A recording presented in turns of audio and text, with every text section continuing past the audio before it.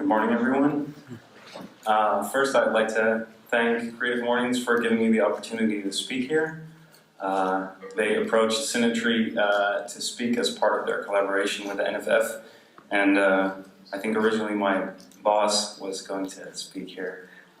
Ms. Hannah Verboom, who you may know, well, an actress and someone who also sets up projects in Africa for development projects. But she can make it, so I'm here. But I also do a lot of day-to-day tasks at the office. So what I like about CreativeMornings is that people talk about their product or the company that they work for, but they also give their personal take on things. So I hope that while talking about this, telling you what the product is and also how we approach certain things and what went right and what went wrong, Michael explicitly asked me to also tell me about things that went wrong, because people seem to like that and they can learn things from that, so that's what I'm going to do. So I hope there's something in there for you.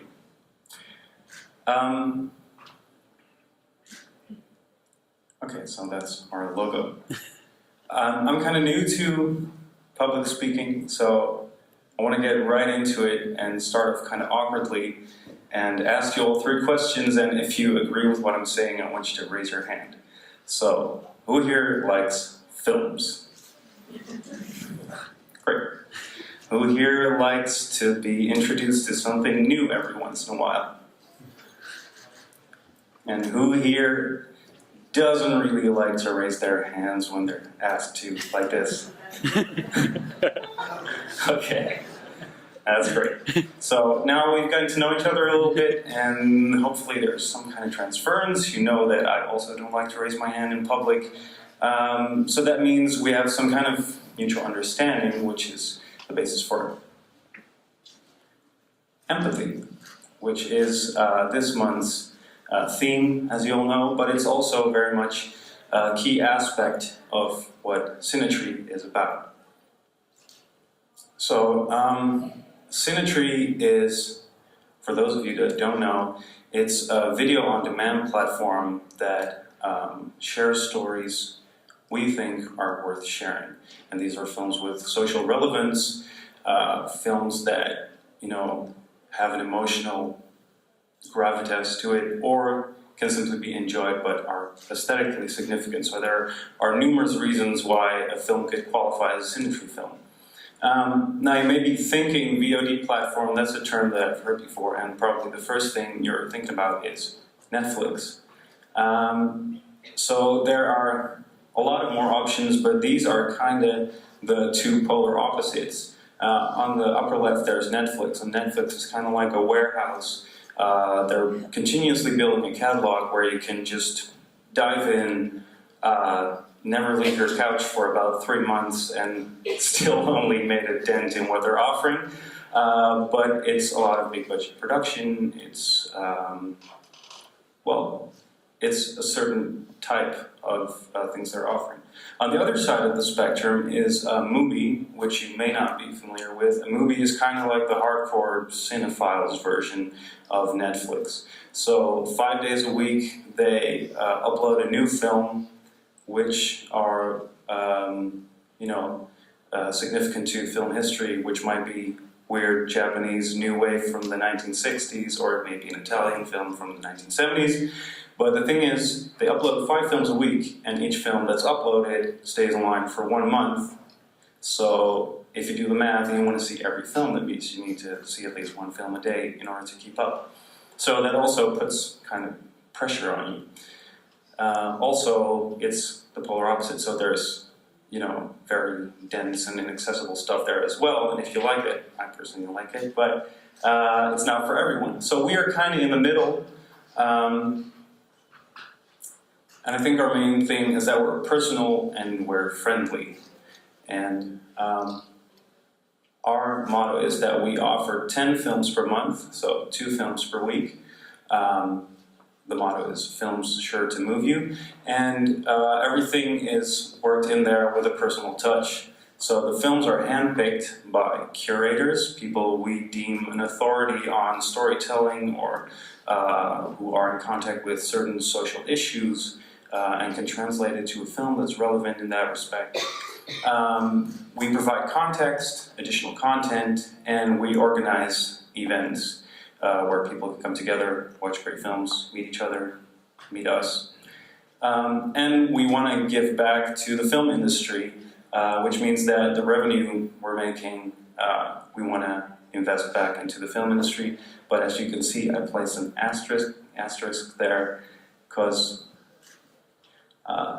we are a startup in our first year, so we need to become a little bit more profitable before we can get to that.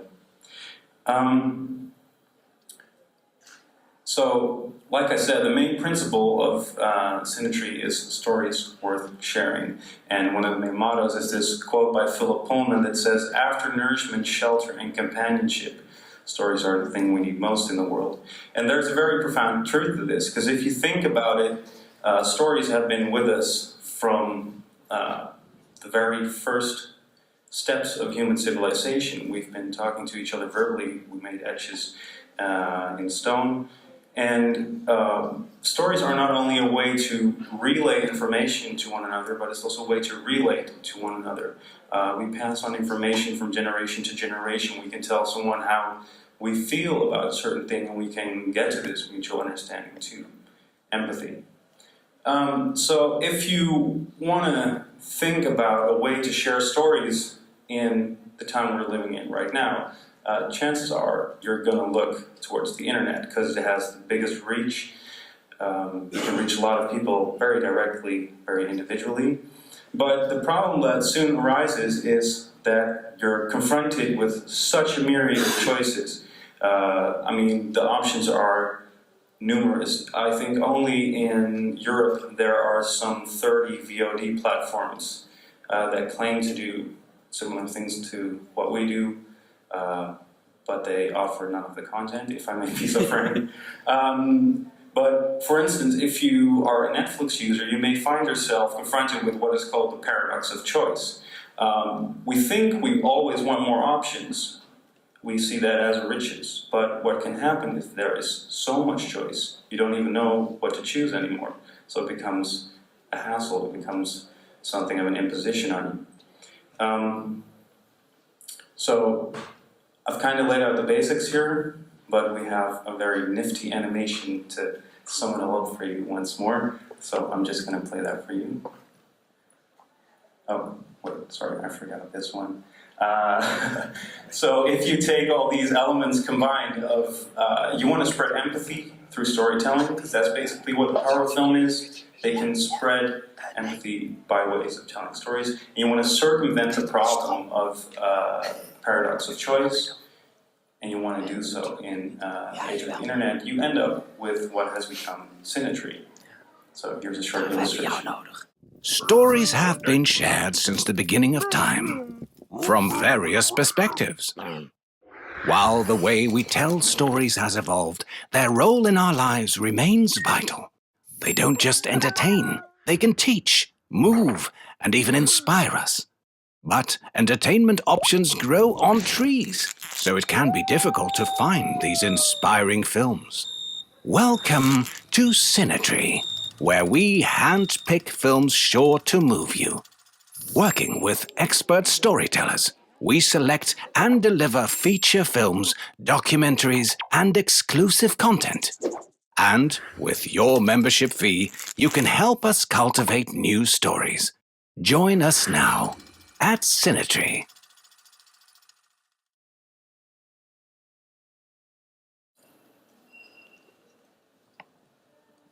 Okay, so I think that's clear for everybody.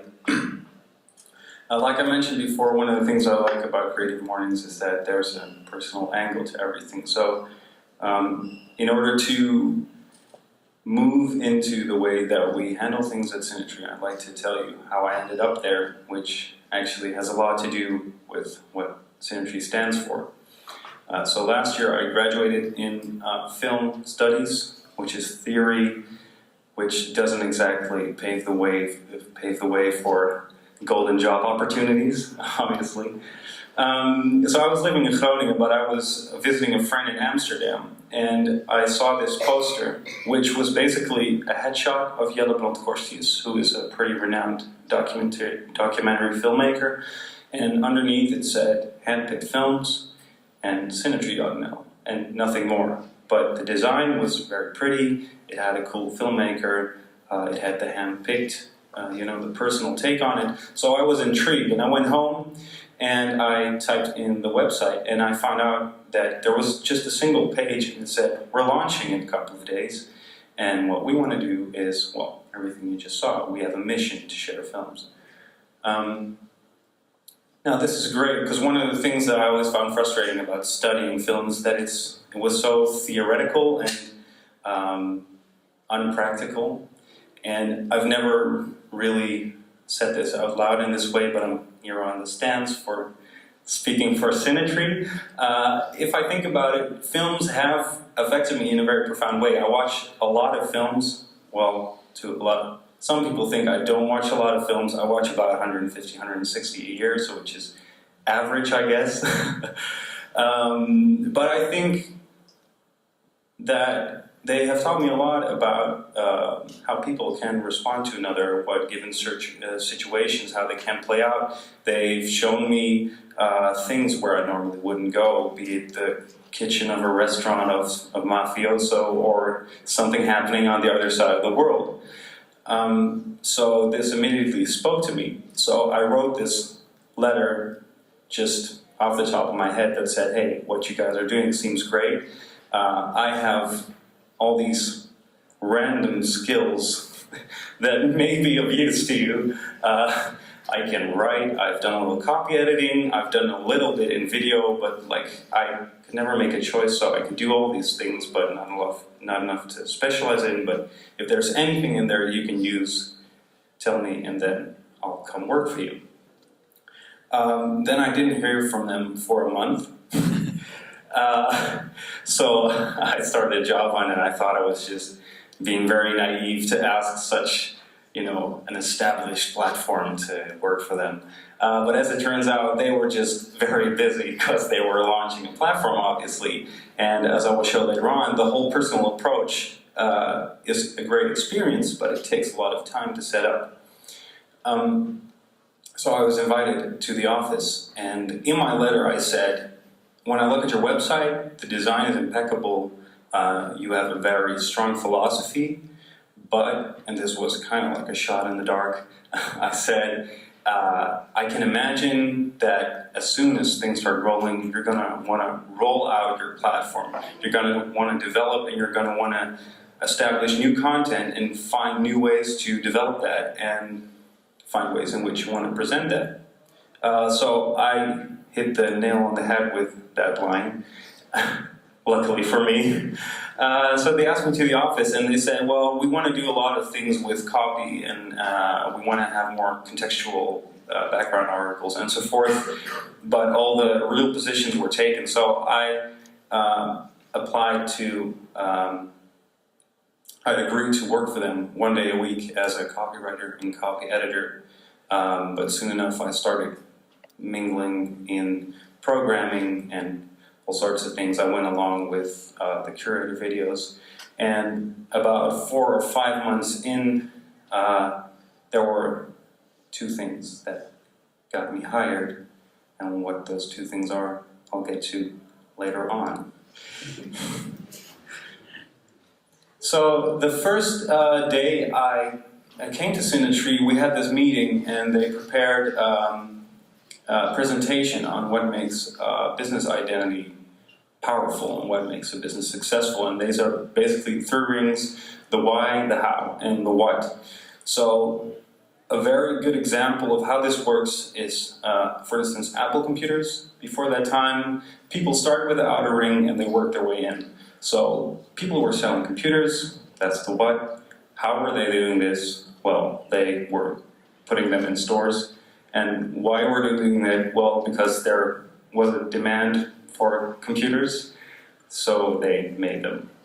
Then Apple computers came, and they started with the why, because they said, why do we want to make computers? We want to make computers that are more of an experience, that are also nice to look at, that, provide a much more rounded object than just simply something you can use in the office.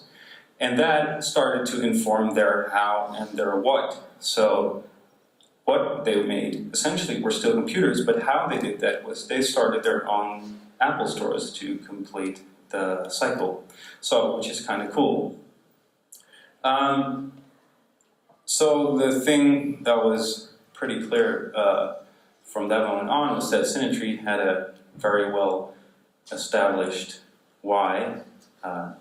Can we do a show of hands once more if you think the why of Cinetree is clear?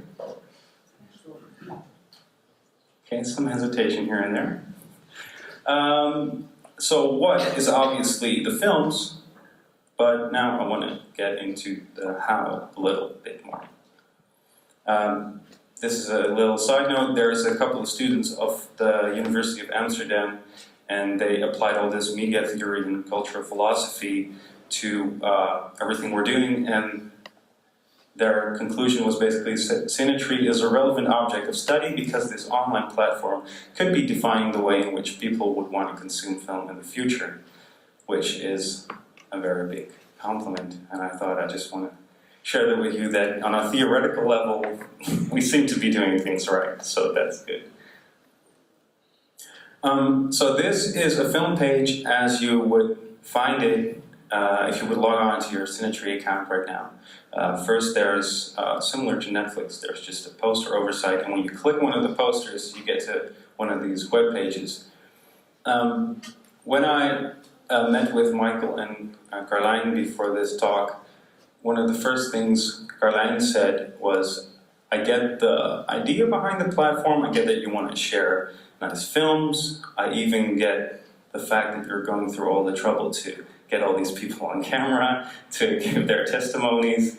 I get that you have background articles, but it's beyond me why you would take the trouble to make a custom poster, which you can see in the upper left.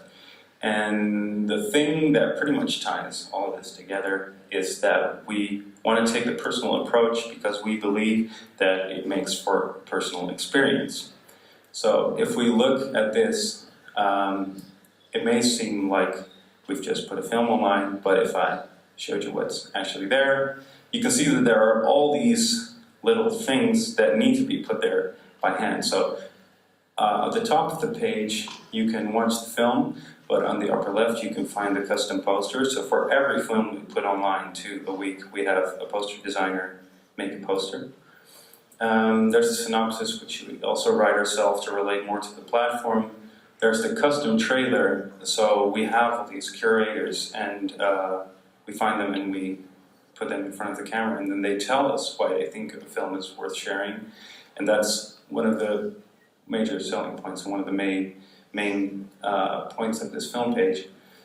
Now there's a background article as well. There's the metadata that also shows you to which date you can watch the film, because every film, once it goes online, is viewable for a month. There's sharing functionality, so you can tell your friends on Facebook, this film was amazing and changed my life, or was kind of okay, but you want to share it anyway. And at the bottom there is a customer service thing, so you can just chat with us directly.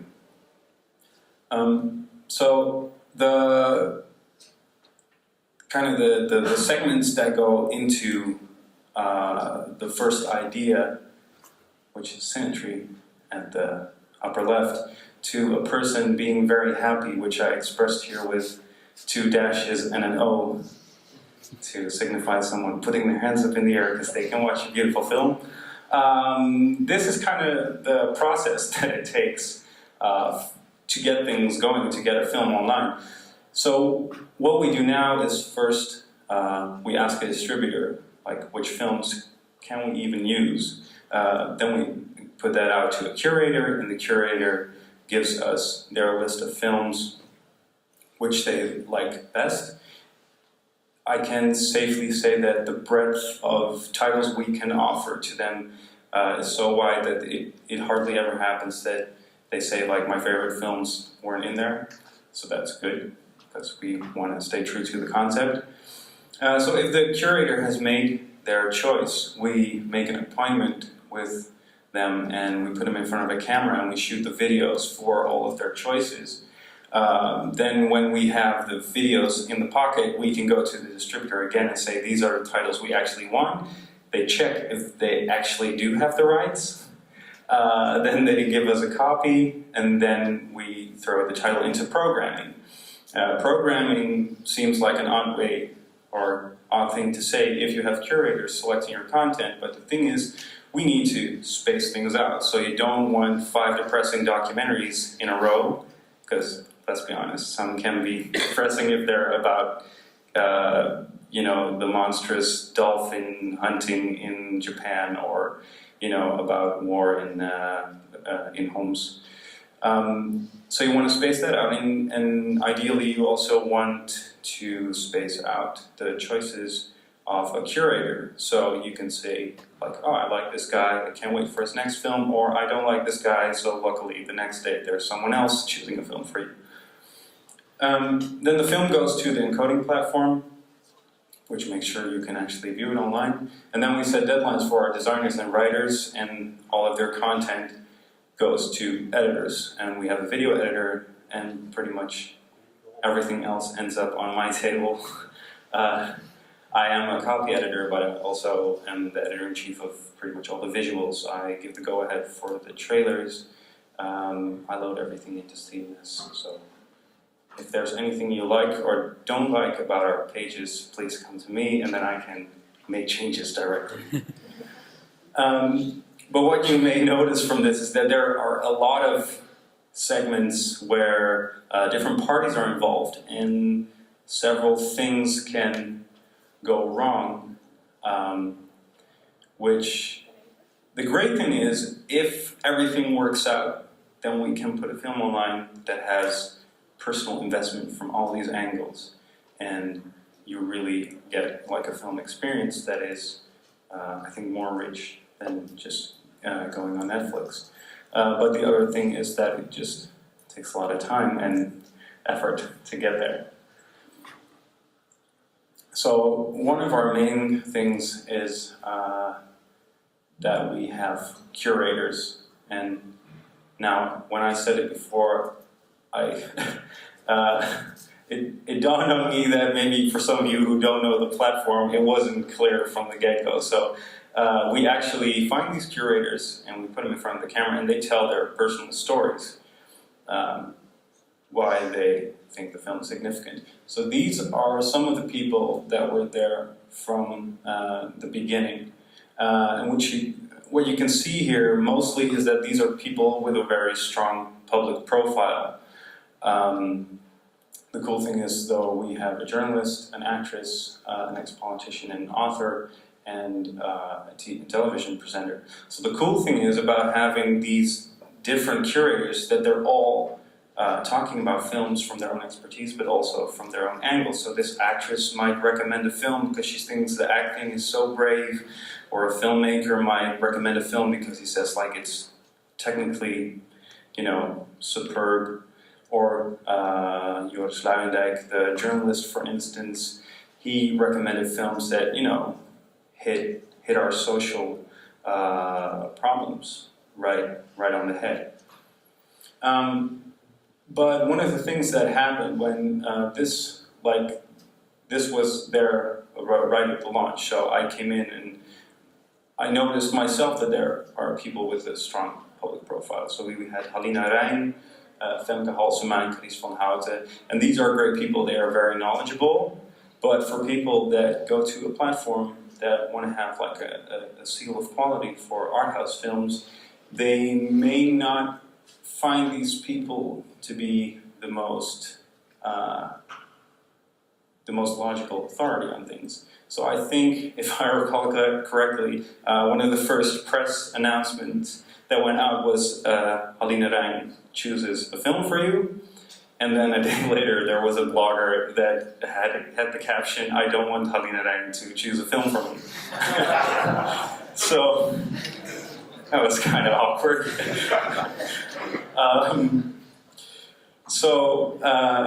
And another thing was, right at the beginning, we gave people free rein to choose whatever they want. And what we found out then was that people came up with the zaniest ideas. And then even in 2015, it's possible to not know who has the rights to a certain film.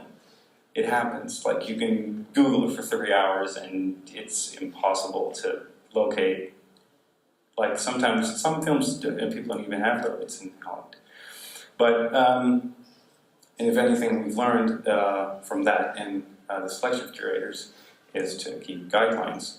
So what we're doing now is, these are people who you may not recognize instantly, but these are actually, at the top left is the director of the Movies That Matters Festival, Dirk van Straten.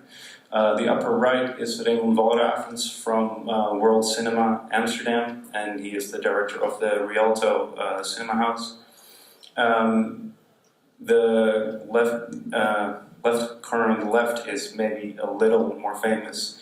He's a world-renowned theater director, Ivo van Hove, who also has a very strong link to the filmmaker Ingmar Bergman. He has done several adaptations. And on the lower right is Olly Derks, who is actually the founder of IDFA, the International Documentary Film Festival Amsterdam. And talking to her was great, because I found out that she not only founded the film festival, but she did all the selection herself in the first couple of years. She watches more than 600 films a year, which is, yeah, I see you guys looking like that's inhuman. So it's all she does, so that's great, right? And the great thing is that these people tell so passionately about films, and the great thing is they see a lot of films, and they can all verbalize very well what they want to see in a film, but the moment they start to say that it did something for me that I can't put into words directly, but it just resonated with me, those are, well, maybe the most interesting choices, because they work on a very personal level. And as you can see, all you're seeing is a couple of slick videos of someone talking, and you hear, you know, mood music behind you. You're thinking, oh, this is great, but it actually takes a lot of time, because you have to find a video team, you have to make, you know, an appointment with the curator, you have to get your video gear in order.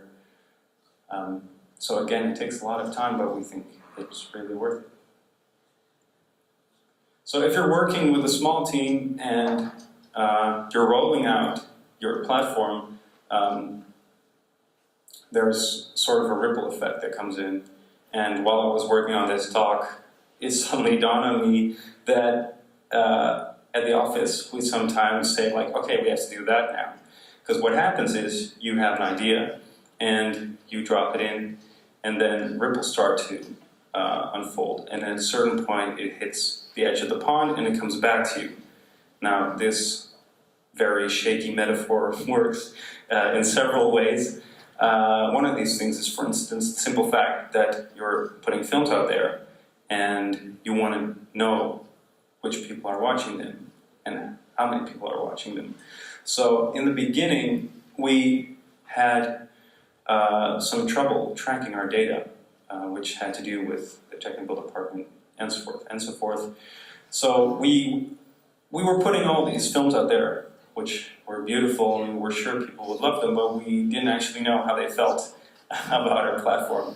So this is the first thing that got me hired. I said, why not just ask them?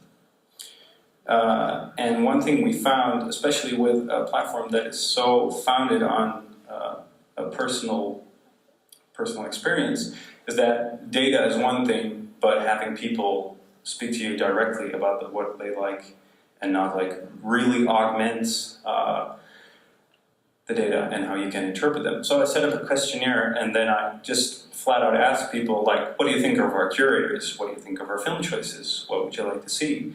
And the thing that came out was that people said, well, we like that people have a public profile, but we'd rather have someone, you know, who works at a film festival, so I don't need to recognize their face immediately, but I would like to have, you know, maybe some more adventurous film choices. We also found that people thought there was a big lack of Asian cinema, for instance. So these are all kinds of things we're working on simply because we asked people, and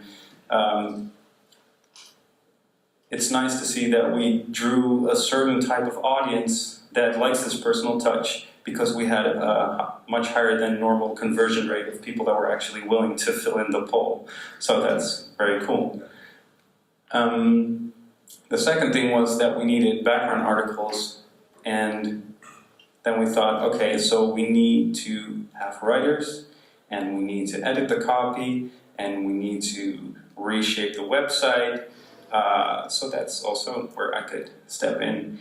And this is one of the final things I want to tell you, which is kind of my mistake, which you can hopefully learn from, was that when I started working with these writers, there's a thing that happened which I want to call small-time inversion. Because when we first started to do the articles, the relationship between the editor and the writer was basically a small version of what Cinetree was to the audience.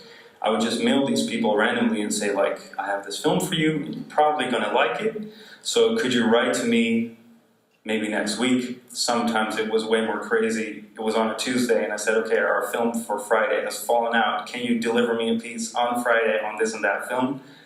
And that worked. And the cool thing was, yeah, they were willing to work hard. And the cool thing was that people came back to us, and they said, well, I'm really grateful that you asked me to do this film, because normally I would have never done that. A good friend of mine, I asked him to write on a documentary where someone struggles with Asperger's syndrome, and he said if I had seen this film, for instance, with just the Netflix poster, I would have never clicked it. But now you motivated me and you provided personal context. I watched the film and I was very intrigued about it, and that's one of the cool things. Also, what happens with the curators, I've had numerous times when I sat next to the camera and they started telling about this film, and I myself was like, wow, I really want to see this film now. So it's great if your own product works for you. But at a certain moment, I thought I had the hang of this. So I thought I can optimize. But what that basically means is automize. And what that means is taking out a certain part of the personal equation that is so central to the whole thing we're doing here. So what I did is I set up this Google Doc where people could register themselves to titles and deadlines, and what immediately happened, like there wasn't even a transition period or whatever, nobody took the first deadlines. Everyone signed in for the films they already knew. And the fun thing was that I wouldn't say there was a drop in quality, but the texts were different, and people suddenly, even though they could choose their own deadlines, suddenly they had problems delivering because they weren't asked directly. So what I now do is I try to keep it in between, and I ask them personally while they still have the oversight to see if they want to choose another title. But it was very cool for me to see that the personal angle really works, and that it also works on such a small level, which resonates on a bigger scale. Yeah, that was actually, I don't know why I did that. So, so at the end of the day, there's a lot of effort that goes into this, and I really feel that we're working on something that's worth the hassle. What I said to Michael is one thing that a lot of people that come here to talk about Creative Mornings, they've all had the ride, so they're talking about their spectacular failures or, you know, the business success of their life. But the interesting thing maybe is that we're in the middle of figuring things out. And I mean, we're a startup and we haven't even finished our first year. So if you have any comments also on what you think we're doing is good or is bad, feel free to come up to me. Also, if you want to just talk films, also, I'm down with that. So I want to show you one of the trailers that we do and see if it actually has an impact on you. And this is really cool. This is actually a chance encounter Hannah had at a convention with a bishop who is also a social rights activist, and he started telling her about this film that had, really changed the way he wanted to do his work. And then she said, like, I want to film you for my platform. And then he said, well, my plane leaves at 9 in the morning. So then she said, okay, we'll be at Schiphol at 8 in the morning. So we put him in front of the camera and he just did his cruise and then grabbed his bags and flew off to Kenya. But the result is pretty cool, so I want to share that with you now.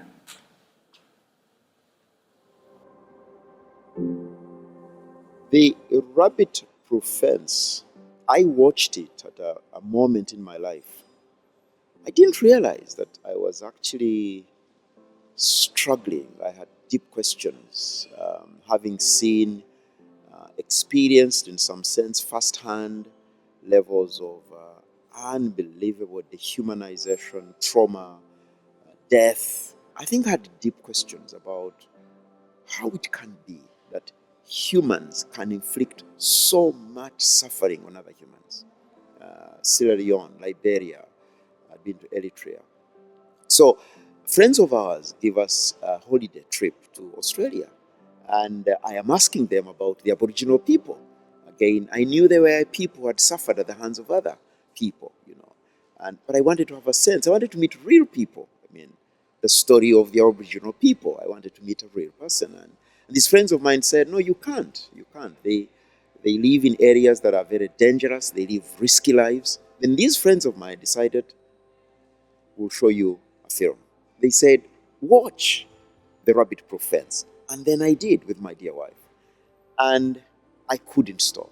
I just was so riveted on my chair. These little girls, their mother, they were just powerful. I mean, I wept as I watched this. Yeah, and I decided I would never live the same. I would not want to be counted among those who dehumanize others. I determined, maybe, under God, I could be one of those bringing hope to other people, especially to those dehumanized. So the rabbit-proof fence caused me to just see again the capacity of the human heart to destroy others. And yet the capacity of the human heart to be strong, to survive, to fight against injustice, the resilience, but also the beauty of the human soul, of the human being, of the dignity. I mean, it's amazingly beautiful. You have to watch it. You simply have to watch it.